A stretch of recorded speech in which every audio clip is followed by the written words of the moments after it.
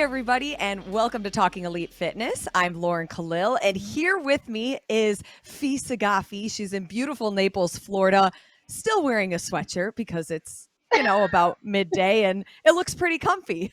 How's it going, Fee? A chilly 93-degree day. You're heat training for the games. Maybe that's what it Yes. is. Getting comfortable staying hot. Yeah. We are so close to the games. We're going to dive into semifinals and your return back to Mm. Madison, but just overall, how are you feeling? How's training been? How's the body? Training has been so good, like these last, especially since, qualifying. You have this new appreciation for training for the games when it's been so long or it's been so many years or kind of feels like I'm a rookie again, to be quite honest. But it's been great. I mean, I won't sugarcoat it and say it's been all rainbows and butterflies. I mean, it's hard and it's aggressive and the days are long and there's highs and there's very much lows. And I've been experiencing all of it in between, all the great days, all the low days. Um, Currently, experiencing some learning experiences along the way that make training just as valuable. But yeah, I'm just excited to get to it. Like, I feel like it's all building up, and I think all of us are just like ready to put the work to the test. And with that, you speak about the emotional roller coaster, the highs and the lows, and you're somebody that we're seeing with a lot of other athletes has actually picked up, moved to your training camp. You've been in Naples, Florida for Mhm. the season. How do you manage some of the challenges with the lows being maybe away from Mhm. home and things that are comfortable to you? Like, do you have a support team or how do you maneuver that? Yeah, so picking up everything that I was comfortable, which was home. Like, I've always been home. I went to school in Cleveland. I grew up there. Like, CrossFit mentality is just like, my heart and soul over there. It's where I grew up. It's where I was a first member, and like, so moving away was hard. But I think what made it less, I guess, less stressful was actually I'm with my fiance. I'm not doing this alone, and he's been such a huge support system in my career. And he's a CPA, and he actually still works for the firm that in Cleveland. And he expressed to them, how supportive he is of my career, and they were actually just as supportive, and they let him, move down here in Florida, still working for them. He's still making it work for his job, and he just it's been a huge part of, I think, my success mentally. Even is like, I wouldn't be able to do this without him and without the support that I have. And doing something like this by yourself is not something anyone could do successfully. I think it's always been a team effort, whether it's from your family, from your close friends, and obviously being here with my coach and like some of my greatest friends who are my training partners. It's just made all those big changes a lot less stressful and a lot more comfortable to make. Yeah, and I think that everybody kind of has that one person that they can Mm, rely on for the support. And kind of going back to semifinals, huge yeah. roller coaster of emotions where I can only imagine what those conversations at the end of the night were like with your fiance. But you finished Uh, 8th overall in North America East. There was 11 qualifying spots, and I I'm curious to ask you, because was it truly not until you heard your name that you knew that you qualified to go back to the CrossFit Games? yes, like oh my God, I feel like I was just so like, I finished, so day 3 of semifinals was my worst day. I like, execution was not there. I was struggling with my plan, and it wasn't happening for some reason. Like, those last 2 events were awful. Um, and so, anyways, I crossed the finish line on test 6, and I immediately looked to my fiance and like my family, because they're also the ones that crunch the numbers for me at the end of the competition, especially during that time where it's like every second counts, and depending on where other people finish depends on Mhm. your total at the end of the weekend. And so I looked at him and I was like, I think I look at him and I was like, was that enough? Like, where am I at? Am I in? Am I out? And obviously he didn't have the immediate answer that I wanted him to have because he was like, I don't know, like I'm still waiting for to Yeah. see what other how those numbers stack up. And I turned to him and I in my head I was like, I messed up. Like I lost like there we go, another chance that I lost. And it was right there. So I was very emotional even like before the announcement. And then we were just chatting with, I was chatting with Paige and Amanda, just like getting my mind off of things. And then when they lined us all up to, look straight ahead, look at the announcers, and they started to call off like the names. And then I remember Sydney's name was called. So in seventh place, she got seventh. And so I know I was seventh going into it. But Mm, because I performed so low in that last event, I didn't know like where that put me, if I had enough points at least to hold me through. So it wasn't until like my just hearing my name called made it real. Like nothing, I didn't know anything and I didn't feel anything until I heard my name being announced. And that was like just like a weight off my shoulders. Like I just about like crumbled to the mm. floor in just excitement. And it's so funny. It's actually Danielle came over eventually. Like she's like, "Stop crying!" Like as if you didn't earn your place because it like that was like she was just I love her to death. Like she was just like, "You earned it," and it finally like felt real. And I Mm. felt like I earned it for the first like because I did earn it for the first time, and it just felt so such a joy, like true just joy that I can't even express in words. Just crying emotions, all of it. And I think that's something that makes this sport so interesting because for the athlete, those are some of the most stressful, anxiety uh, driven moments. But as a fan and as yeah. a spectator, seeing the raw emotion from you, Fee, they said your name and you just crouch down and it is, I mean, I get chills talking about it because those are the moments that truly make this sport incredible. And kind of just going Mm, back to the last 2 years you did semifinals in yeah. 2021 and 2022, so close to qualifying, was sent to the last chance qualifier both years, ultimately didn't qualify. Going into this Hmm. semifinal, knowing that it's semifinals or nothing, did that change your mindset or just the place that you were at during your performances? Yeah, like I think almost like this year was the year that I was almost like the most nervous. I was the most stressed, Mm, the most nervous. There was so much more riding on this.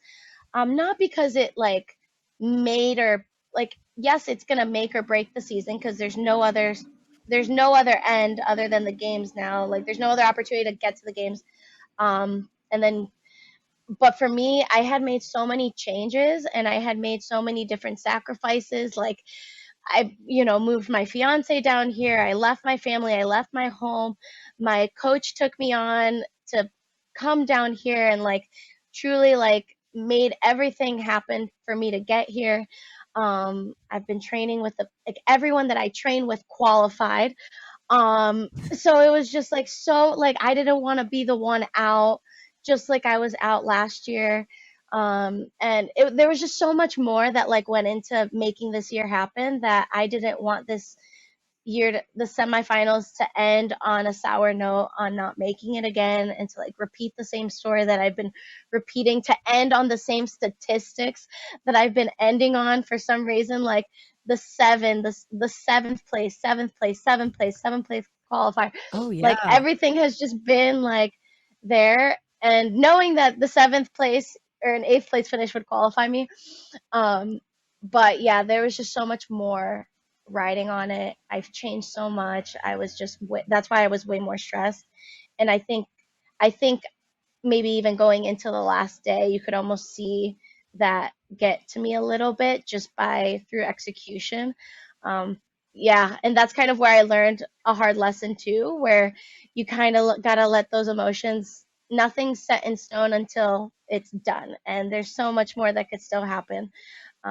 But yeah, that was a roller coaster of a weekend. But I'm just so happy it ended in a way that we were all planning for and hoping for. Yeah, and especially having everybody from your training camp qualify, that certainly helps Yeah. the athletes, that helps the coach, it helps the morale. So, Yes. uh, just congratulations to the entire training camp because I think that that's something really impressive. When working Yeah. with Matt and the rest of the brute strength team, was that the goal that this would be the year you would qualify, or what were Hmm. those conversations like? Yeah, I think overall, like the goal has always been, yes, the goal is to qualify and not just qualify, but we're gonna qualify and we're gonna like, show up and like really make statements and show like he wanted, and we've had these conversations so many times that the goal as a coach and my goal as an athlete is to deliver my best. And I want my best to always be against the best. And but if however my best looks like, no matter what, I want to be proud of that. And I think in the years past, I haven't been able to truly show my true best because all the little pieces to the puzzle that I've been needing to make just weren't there exactly. Like this was actually my first season actually being with my coach. Like in the camp side, he's able to watch me work, he's able to make those adjustments on the fly, and I'm able to actually be coached for the first time. Mhm. All of last year that I was with Matt, it was from a distance. So like he had his training camp here still, I was missing out on all those opportunities to be with him. I only had made my way over to Florida maybe twice within the year to work with him. But yeah, like all those missed opportunities, like truly working side by side with your coach. I had a coach, but I wasn't with him like all the time. So like that was like a huge gap in my season. And then before then, I had, the honor and the pleasure of working with Scott. But at the same time, he wasn't necessarily my coach. He was just like an the most Mhm. amazing training partner. And while I'm training, he's also training. So he's not necessarily watching me. We're just training together. Yeah. And so yeah, so like this was truly the first 6 months or 6 7 months I had working with a coach. So this is the first time I truly like had that experience that every athlete wants to have. And I feel like even within this short amount of time, I've made so much more progress because of it. So every year has just been trying to tweak something, change something, improve something. And this was the season where like we really made a lot of things happen at once. Well, and I think the instant feedback just kind of expedites the process of growth for an athlete. Out of Hmm. all of the modalities, movements, maybe even movements together, what have you been able to Yeah. see the most improvement from having Matt train you in person? Mm. When he trains me, and all of us have different training programs, which is kind of a testament to on like why I believe his camp has been so successful because we don't all follow the same training program. We actually all have individual programs. So that would be number one is everything that he programs for me is specific to the holes that I need to continue to close in on. And for me, it's always been strength and power output. That is just like Mhm. the area that needs more time, more focus. And being with him, he's been able to, like, when it comes to my technique, I'm not relying on sending him videos and waiting for feedback a couple hours later or the next day later. Like, he's able to give me like on site coaching, technical work, adjustments to maybe percentages or volume or loading, or just like to keep me even the most safe in training, which kind of prevents, Mhm. injuries from happening or strains or just like tweaks from happening. So that's been a huge thing. But for the most part, it's been awesome to be able to get that instant feedback, but also the more personalized interactions that I get to have with him immediately. And that's been huge for me. And just that has helped so much for me to learn about myself too. And there's only so much you could learn from yourself when you're by yourself, right? And I Yep. mean, not to say that you can't be an incredibly successful athlete if that's an environment that you have, but there for me, I just know who I am and I thrive off of coaching, learning from other people that are better than me, which I've it's cool to be in a training camp where we're all we're all training for the games, but we could all learn from each other in a different way where it elevates every single one of us. So yeah, so that's just been a huge opportunity that I never had before. And Matt bringing all of us together, all different types of athletes together, has elevated each one of us in different ways. So I'm really appreciative of that, and I think that's been the biggest part. So, with each athlete having their own weaknesses and training program that Matt is developing for them, is there like once a week, a couple times a week, maybe once a month that everybody gets together and essentially throws down? Or how do Hmm. you, I guess, how do you know that you're actually getting better at some of the movements? And what does that structure look like? Yeah, so we do a very good job at not getting too competitive too often throughout the season. Like we do have every now and then, like depending on where we're at in the year. Say, for example, we were preparing for semifinals and we did like a mock semifinals weekend. So Mm-hmm. we didn't all compete against each other at the same time. Some he would kind of pick and choose like, okay, it's going to be Emma and Fee doing this event together and we would go at it. Or then he would do Dallin and Danielle or Danielle and James or James, Dallin and Danielle, and he would just pick and choose, you know, the people that would do the best, that would kind of push each other the best, but also not in a way where, okay, we're getting too competitive and this is like too much too soon. But yeah, so we do have those opportunities to train the same pieces and maybe do like a mock style semifinals like we did, and it went super well. And of course you get the competitive, feelings, the butterflies, the edge, which we need, but we don't need too much of that all year long. I mean, these last weeks we also have the opportunities to like do similar or same pieces together. It's not every single day, but maybe kind of just like sprinkled in once or twice throughout the week. So he does a very good job at balancing that out, and I think that also helps us just mentally, like, we're able to have the turbo buttons that we need by games time, but we get to kind of like test a little bit against each other, but it's not too much where it's just mentally exhausting because competing every single day is not Oh, something that you ever need. It's not going to make you a better competitor.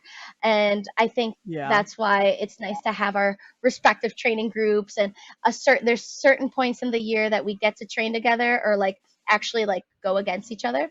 And it's cool. Like it's cool to see kind of where you stack up against like essentially like my competitors who are Emma and Danielle and Dallin and James competitors against each other as well. So we do a little bit of that, and we've been doing a little bit more of that lately. Whatever the balance is, the whole training camp seems to really be thriving off of that. So I just think it's so interesting Hmm. to see what defines success in a training camp. Specifically going back to you, Yeah. qualifying for the games back in 2019, the year that we had national champions. That year was Yeah. obviously a bit different. This year, Yes. standardized So programming, different. everybody qualified for the games through the same channel. How does it feel different to you qualifying this year versus in 2019? When in 2019, it almost like it just didn't feel real. It didn't feel earned. I don't know if that's even the right word because I don't want to take away from that either. It just didn't feel the way that, a professional like to earn it live is just so much more real and intense, obviously, and you can't just redo workouts if the strategy didn't go right the first time. You can't just redo an open workout and try again. Like when you're doing it live, like you got to get it right on the first time and you got to be able to consistently perform throughout the entire weekend. And there's no second shots and no, oh, let me try it again, but differently. And there's no like, oh, someone else did it that way. So let me try it, a different. So earning it live this year and everyone earning their way to the games, passing all the same tests also Mhm. made it it just validated like I earned it this year and I earned it the same way that everyone else earned it. We all did the same test. We all had, the same amount of opportunities and chances, and no field was more stacked or that conversation of which Yeah. semifinal is more stacked or harder. And that seemed to just be the conversation at Granite Games last year and the MAC 2 years ago, how the seating and everyone's opinions on that, which is hard. It's hard not to you know compare yourself, but at the end of the day, it's either you qualified or you didn't, and it doesn't matter your opinion at that point. So yeah, so 2019 was just an odd year. But either way, like I did 2019 and I earned it through the Open. Um, but also that year, like I didn't really expect much out of myself. I think I wrote down on a goal Hmm. board like as close to top 50 as I can, or as close to top 100 as I can, because every year I just saw like just my improvement, just like everyone that does the Open gets excited to see their Oh progress yeah. like the next Open. So it was still kind of that like, oh, it's just another Open. I can't wait to see my progress this year. Like, and it was just that. And the fact that I earned it that way, I was like, oh, now we're training for the games. Okay, didn't see this one coming. Um, but I also got cut after a couple events, so it didn't. I went to the games, but then also I had like maybe 2 days of games events. So I didn't feel like I got the full experience. So I'm really hoping I get to write a way different chapter, a way new games experience this year. Obviously, cuts are back, but they're much different Hmm. than 2019, which Yeah, I think most people are at least happy about that. But overall, yeah, when they announced that there would be cuts, what were some of your initial thoughts or feelings? yeah. My so when the cuts were announced, immediately and almost, selfishly, as an athlete, you're like, man, like, you know, we should all, do the events. We've earned our way, and I think that was my initial thought. And Mhm. hearing Dave's breakdown on the purpose of cuts, um, made me at least be way more understanding on why. And I know that there's so many things that CrossFit wants to show as athletes, and they want to really shine the light on the best, and there's not a lot of opportunity to always do what you want to do when you have a stack of 40. So Dave made some good points on being able to do a little bit more when the field becomes less and less by the end of the season or by the end of the weekend. It's what the fans want. It's what the show. It is a showing, and it is an experience for everybody. Um, but yeah, and then at the same time, I get that by the end of the weekend, you know, people want like people want to see the top athletes go at it by the Sunday, the last two events, whatever that is. So he made some good points on like the purpose in those cuts that I start to have a more understanding. And truly, at the end of the day, my job is to be in the top 20, top 10, whatever that is by Sunday. Like, I'm not so worried about being cut, making sure I'm in the top 30, making sure I'm in the top 20. I think my goal has always been to get to the games and to stay at the games and to be there from start to finish. And knowing that there's cuts is good to know. It's just good awareness, but that's not my focus. My focus isn't worried about getting cut. My focus is more on taking things one event at a time and knowing that I have the ability to be there by the end of the weekend. And I'm not there to just be there. I'm there to contend with everybody. And I'm there to contend until the end. So that's where we're at and where I'm at now. Okay, so when I talk to a lot of athletes, none of them really like to get caught up on predicting what events are going to be there or not going to be there. But if you could for one day Mm. go hang out with Boz and write a workout for the CrossFit Games, and he's like, "All right, Fee, we're gonna add this into the bunch." What would it be? What would it look like? It can be as detailed as you want or as big picture as you want. Oh my gosh. I feel like Boz would have some like something that's gonna make you feel like you're like at the circus. Like, okay, we're gonna take these parallettes and we're gonna have you like flip over them in some way. Like, I feel like he would like try to throw like something in there. That all saying, I think he would have something that would expose someone's like athleticism, like it has, Ooh. a movement that has nothing to do with like how strong you actually are, it has everything to do with how athletic you are and how to adapt to something you've never done before. I think you would have a lot of like opportunities and moments like that. And it's not going to be a heavy barbell. It's not going to be like something traditional that you've done in the open or quarterfinals. And an example of that, I guess, would be, even last year, the alpaca wasn't something that was truly fully completed the way that he programmed it to be. I got the pleasure of testing the alpaca, which was amazing. And Ooh. so, Was it when so they had the during that, legless rope climbs? yes, that legless Okay. L-sit rope climb, and you had to Mhm. go legless on the way down. And I was never told like the standard of what's allowed on the way down or what isn't allowed on the way down. It was kind of just like testing it as an athlete. And so as I'm going through, I'm doing like the first round, I'm doing legless on the way up, legless on the way down, like hand over hand on the way down, and you get these 20-foot ropes. Very quickly, you Oh, realize yeah. that is not like what's about to happen. Like, I can't do that. And so, kind of naturally, I just start like sliding my way down without my legs and just kind of like letting go of my hands and sliding. And then that's the moment where I heard Boz is like, that's what I wanted to see. Like, there it is. Like, that's the athletic side of like, way to just figure Oh, it out. awesome. And he never told me that that wasn't allowed. It was kind of just like me figuring it out on the fly. So it would be cool to like actually have I feel like Boz would have moments like that and maybe something in programming where it's like, okay, we're not going to tell you that you can't do it, but let's see who figures it out. Um, so I think that would be more like on the gymnastics side of things than like the weightlifting Yeah. side. But yeah, that was a cool experience to have. And to him, and like to hear that from him was really cool.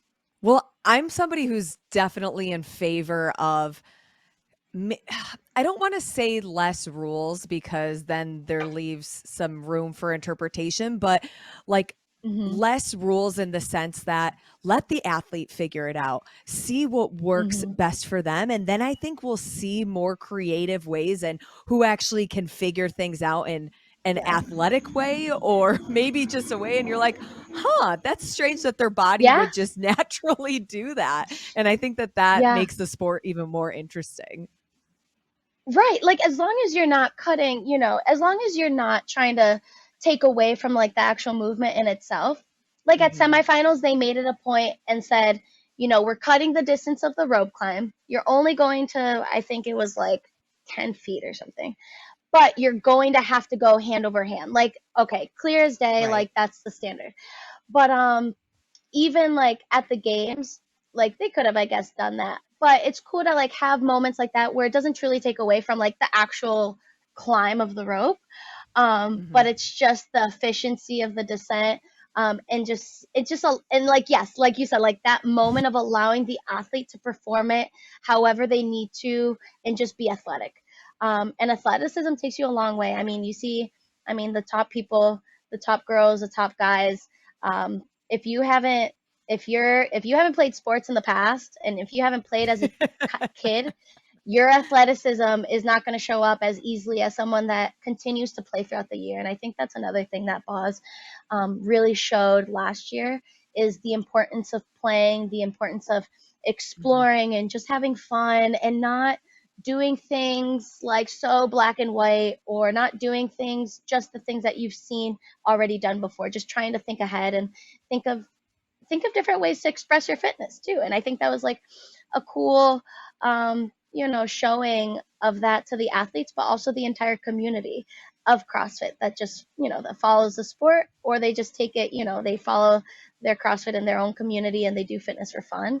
It was a cool way to say, it doesn't matter how old you are. If you're 60 years old or 10 years old, you should always be finding a way to have fun with your fitness.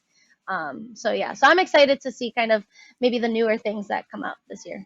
What are some of the things that you find outside of the four walls of the gym? Obviously, you're in Naples, Florida. Yeah. There's a lot of things to do outside, but what are some of those Yeah. fun things that keep you active but also allow you to play? Yes, actually, I don't know if you've heard, but there's this thing called pickleball going around town. And I think everybody knows what it is now. And yeah, this new sport of pickleball lately. So I didn't realize until we moved here to Naples, the hub of pickleball is actually here in Naples, Florida.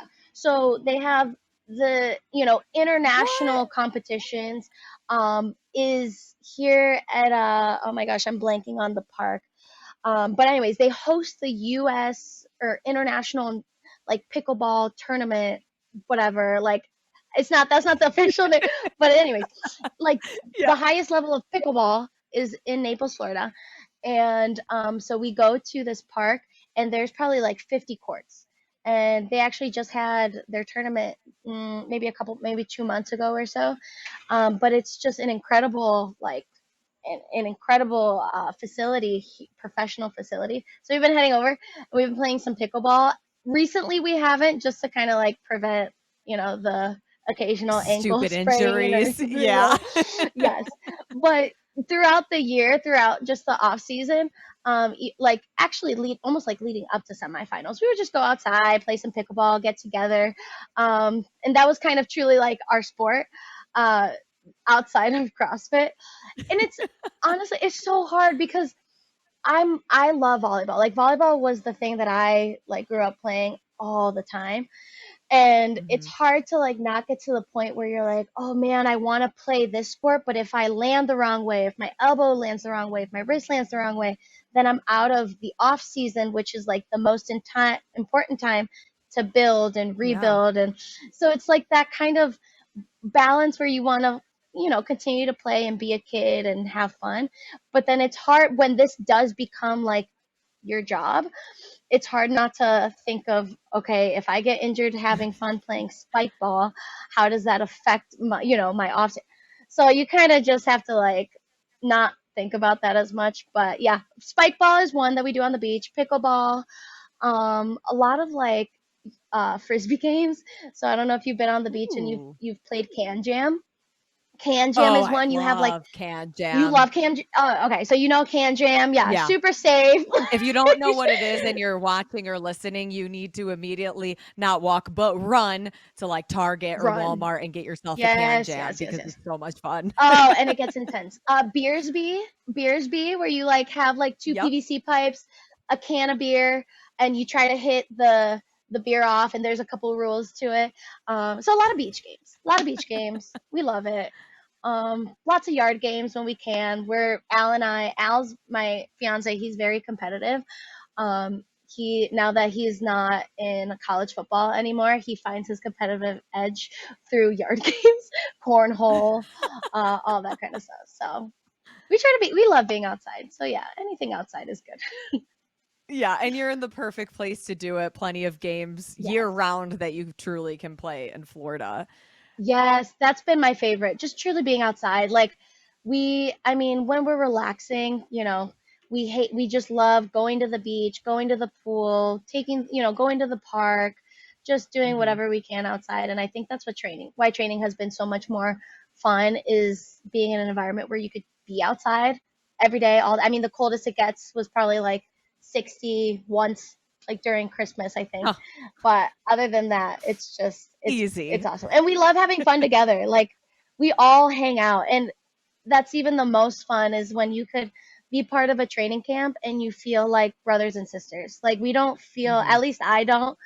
I love having the relationship with Danielle or Emma and Dallin and James as if they're like my own siblings, and we bust each other's chops and get competitive, but also we're very open with each other and very honest with each other. And at this point we've shared a lot of highs and lows together that we're a little family over here.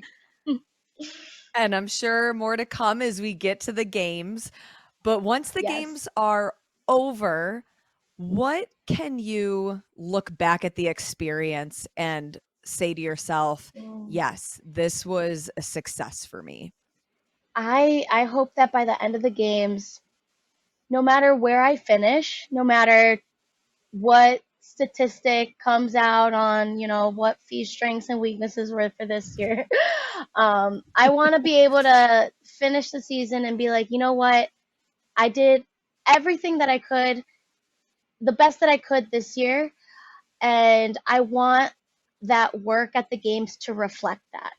And I want that to be a reflection of, not just who I am as an athlete. I want that to be a strong reflection of where I come from, the coach, my Matt Torres being my coach. I want, that to be a reflection of what this training camp's about. And truly, I know that my happiness doesn't come from, my statistic as an athlete and how I finish at the end of the weekend. I know that's not like where I feel most purposeful, but how I Mhm. take in those moments and how I express them and share them. And I'm excited to finish the games as strong as I can and walk away telling myself that I did the best that I could and I showed my best, and hopefully next year is even better. Well, I can't wait to see you at the CrossFit Games, back at the CrossFit Games. I Yes. am hoping Yes. for another great feast celebration, the raw emotion. That's what I'm looking I forward hope to they for come. sure. I hope they come all weekend. Thank you, Lauren. I appreciate it. Thanks, Fee, and we'll see you in just a couple of weeks. Good luck with the rest of your training leading up to Madison. Thank you. See you in Madison.